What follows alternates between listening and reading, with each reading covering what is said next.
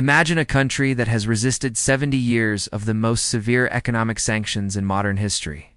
A country that survived the devastating famine of the 1990s, which claimed hundreds of thousands of lives. And today in 2025, according to analysis by 38 North Digital Atlas, is experiencing the emergence of a prosperous middle class and informal economic growth. It's estimated between 5 to 7% annually. A country that developed nuclear weapons under total isolation, that keeps 26 million people unified under a single worldview. Despite decades of international pressure for change or collapse, this country exists. It's Democratic People's Republic of Korea, or North Korea. And behind every policy, every strategic decision, and every act of resistance, there exists a philosophical force that few in the West truly understand. This force has a name: Juche. Many dismiss it as mere propaganda or a personality cult. But Juche is much more than that. It's a complete philosophical system that redefines the relationship between man, society, and history. It's the intellectual declaration of independence of a people. It's Korea's answer to the great questions of the 20th century. How can colonized peoples liberate themselves? How can small nations survive among superpowers? How can a people truly become masters of their destiny? Today we're going to dive deep into Kim Jong Il's original writings on the Juche Idea. We'll decode its internal logic, understand its historical implications, and discover why this ideology continues to shape not only North Korea, but influences liberation movements around the world. Prepare yourself for an intellectual journey that will challenge your perceptions about sovereignty, self-determination, and the role of the individual in history. To understand the Juche Idea, we need to return to its historical roots.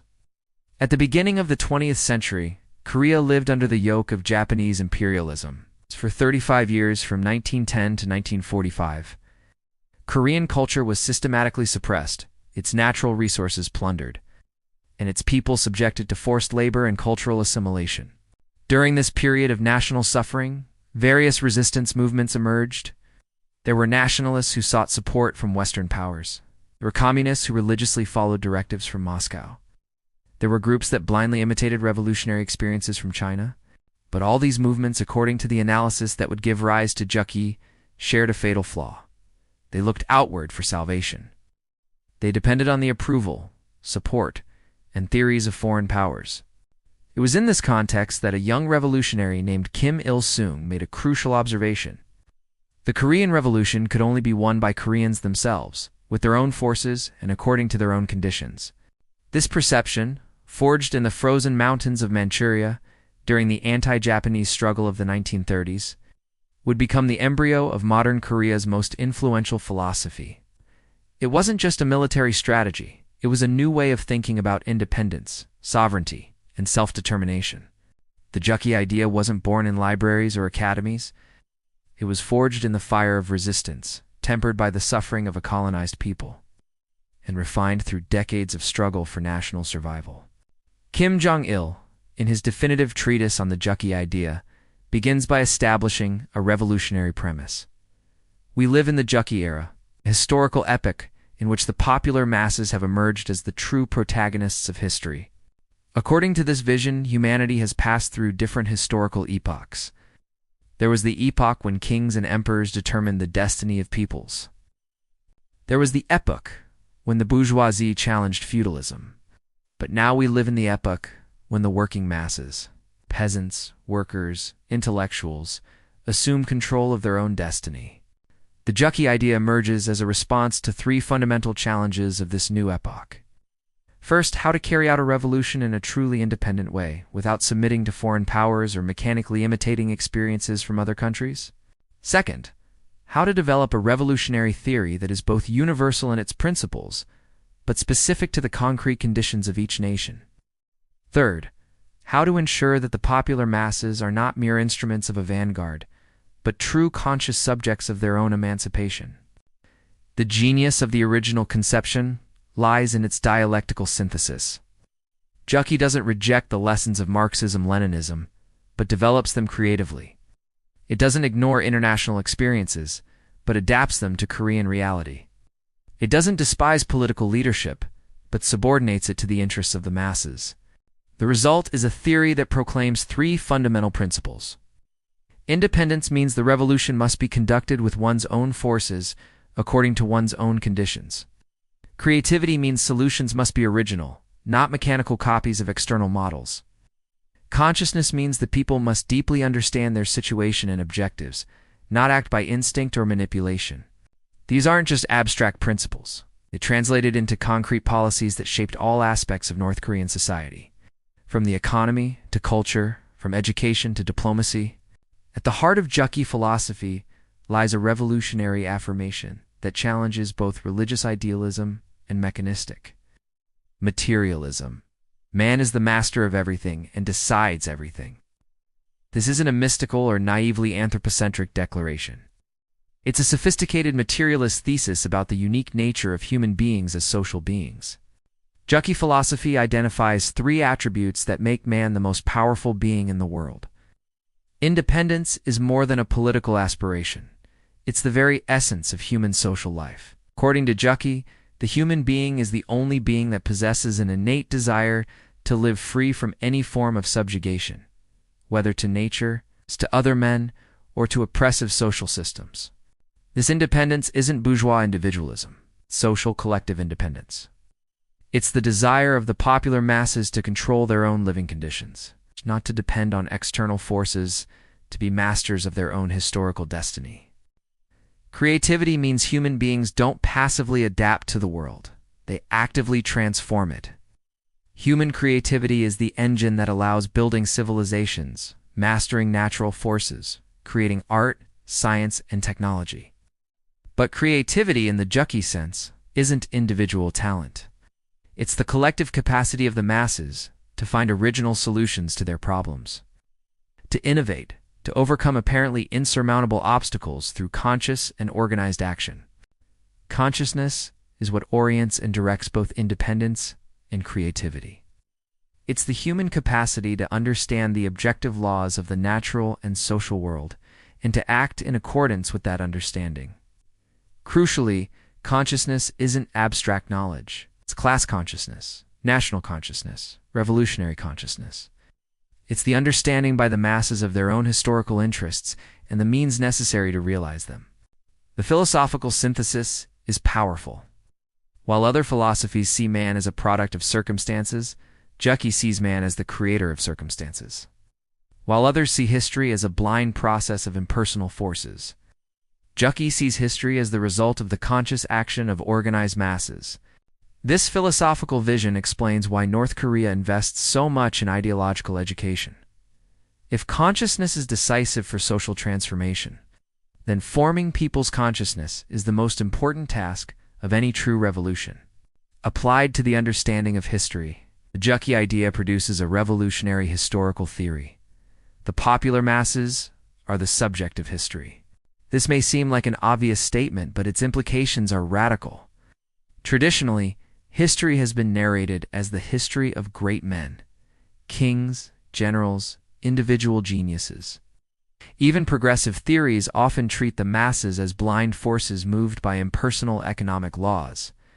Juche completely inverts this perspective. It's the working masses who create all the material wealth of society. It's they who build cities, cultivate food, produce goods, develop technology. Without the work of the masses, civilization wouldn't exist. But the masses aren't just material producers. They're also creators of culture, science, art. All of humanity's spiritual heritage arises, ultimately, from the experience and creativity of the popular masses. All human history can be understood as the long struggle of the masses for independence. This struggle manifests in three dimensions. Social independence means the struggle against class oppression, against exploitation, for democratic control of society. National independence means the struggle against imperialism, colonialism, for national sovereignty. Ideological independence means the struggle against reactionary ideologies, for the right to think autonomously and scientifically. Here lies one of Juche's most original contributions to Marxist thought: the primacy of the ideological factor. While classical Marxism emphasizes material conditions as determinants of consciousness, Juche argues that, in our epoch, the ideological consciousness of the masses has become the decisive factor in social transformation. This doesn't mean idealism. It means recognizing that under modern conditions, revolutionary victory depends more on the determination, unity, and consciousness of the masses than just on objective economic conditions. Historical examples confirm this thesis. The Korean Revolution triumphed not because Korea was economically developed, but because the masses were unified by revolutionary consciousness. Vietnamese resistance defeated American imperialism not through military superiority, but through ideological superiority. But the masses alone may not have full consciousness of their historical power. Here enters the role of the party and the leader, to awaken, organize, and guide the consciousness of the masses. The leader isn't a dictator who imposes his will on the masses. He's the educator who elevates the consciousness of the masses to the level of scientific understanding of their historical situation. He's the organizer who transforms the dispersed force of the masses into conscious political power. This historical theory explains why North Korea places so much emphasis on political education. If consciousness is decisive, then constantly elevating the level of consciousness of the masses is the permanent task of the revolution. Juche philosophy doesn't remain at the abstract level. It translates into 4 concrete guiding principles that orient all aspects of politics and social life in North Korea. These principles explain many of the policies that the outside world considers mysterious or irrational. Juche in ideology means that the people's mind must be formed according to the principles of national independence and revolutionary consciousness. This implies several practical dimensions. Ideological purity means total rejection of foreign ideological influences, especially those that promote servility to great powers or that introduce bourgeois individualist values. National pride means development of deep consciousness of national history, culture, and achievements. The people must know and take pride in their revolutionary traditions. Continuous education means permanent study of the ideas of the leader and the party, not as mechanical indoctrination, but as development of the capacity to think independently and revolutionarily. Socialist culture means creating a national culture that is simultaneously modern and rooted in popular traditions, that serves the working people and not privileged elites. This principle explains why North Korea invests enormously in education and why it rigorously controls external cultural influences, not out of paranoia, but from a deliberate theory about how to form independent national consciousness. Political independence means absolute sovereignty, both in domestic politics and international relations. Internally, this translates into policies formulated exclusively according to the interests of one's own people. It's not by external pressure, a political system that expresses the will of the working masses. An iron unity between party, leader, and people is guarantee of popular sovereignty. In foreign relations, it means equality and mutual respect between all nations, regardless of their size or power, non-interference in the internal affairs of other countries, and rejection of any form of dependence or subordination to foreign powers. This principle explains North Korea's apparently inflexible diplomatic posture. It's not stubbornness, but coherent application of a theory about how small nations can preserve their sovereignty in a world dominated by superpowers. Curiously, in 2025, analysts note that much of what European leaders discuss under the labels of decoupling and indigenous defense capabilities remarkably echoes North Korea's Juche ideology. Economic self-sufficiency is perhaps the most visible principle of Juche ideology, and the one that most confuses external observers. North Korea's Juche ideology resulted in the country following a policy of autarky in an environment of international sanctions. The theoretical foundations are clear. A nation cannot be truly independent if it depends on other countries for its basic needs. The economy must serve the people, not the profits of foreign corporations. Economic development must be based on the country's own resources, technology, and workforce. In practice, this means priority to heavy industry as the base of an independent national economy, development of own technological capabilities, even if initially less efficient, agriculture oriented toward food security, not export, and state control of strategic sectors of the economy. Although the economy continues to be centrally planned following Juche principles, Since the 1990s, informal market activity has increased, and the government has tolerated these markets. This principle explains why North Korea prefers slow but independent growth to fast but dependent growth. It's a deliberate strategic choice, not economic incompetence. National self-defense is the military corollary of the other three principles. The logic is implacable, ideological, political, and economic independence are useless if the country cannot defend itself from external aggression. The central elements include popular defense, meaning all people must be prepared to defend the homeland, not just a professional army. This includes universal military training and civilian preparation for resistance. Independent defense technology means development of own military capabilities, including advanced technology, to ensure effective deterrence. Ideological superiority means true military strength comes from the revolutionary consciousness of soldiers, who fight not for salary but from conviction in the justice of their cause. The Songan policy means military development has priority because, without national security, all other progress can be lost. This principle explains North Korea's nuclear program. It's not aggression, but logical application of the theory that small countries need strong deterrence to maintain their independence against hostile powers. The synthesis of the four principles creates a coherent system where ideology, politics, economy, and defense mutually reinforce each other in the pursuit of total national independence. According to its own creators and defenders, the Juche Idea represents much more than a national ideology. It's presented as a world historical contribution to revolutionary theory and to humanity's liberation movement. Kim Jong Il argues that the formulation of the Juche Idea marks the beginning of the Juche era, a new historical period characterized by the struggle of popular masses from all countries for complete independence. Just as Marxism corresponded to the epoch of class struggle in industrial society, Kui would correspond to our epoch, when the central question becomes national independence and self-determination of peoples. The claimed theoretical contribution is significant. While Marxism-Leninism focused on the objective laws of history and the role of material conditions, Juche completed this vision by placing man as a conscious social being at the center of revolutionary theory. While other theories see the masses as products of their circumstances, Juche sees the masses as conscious creators of their own circumstances. Juche, typically translated as self-reliance, is developed by Kim Il-sung and expanded by his son Kim Jong Il, originally derived from Marxism. Leninism, Maoism, an ancient Korean political culture of resolute independence. Juche ideology influenced national liberation movements in Africa, particularly during the anti-colonial struggles of the 60s oddies, Latin America, through economic independence movements, and Asia in struggles against neocolonialism. The defenders of the Juche Idea point to concrete achievements of North Korea as proof of the theory's effectiveness. National reconstruction means transformation of a country devastated by war into an industrialized nation in a few decades.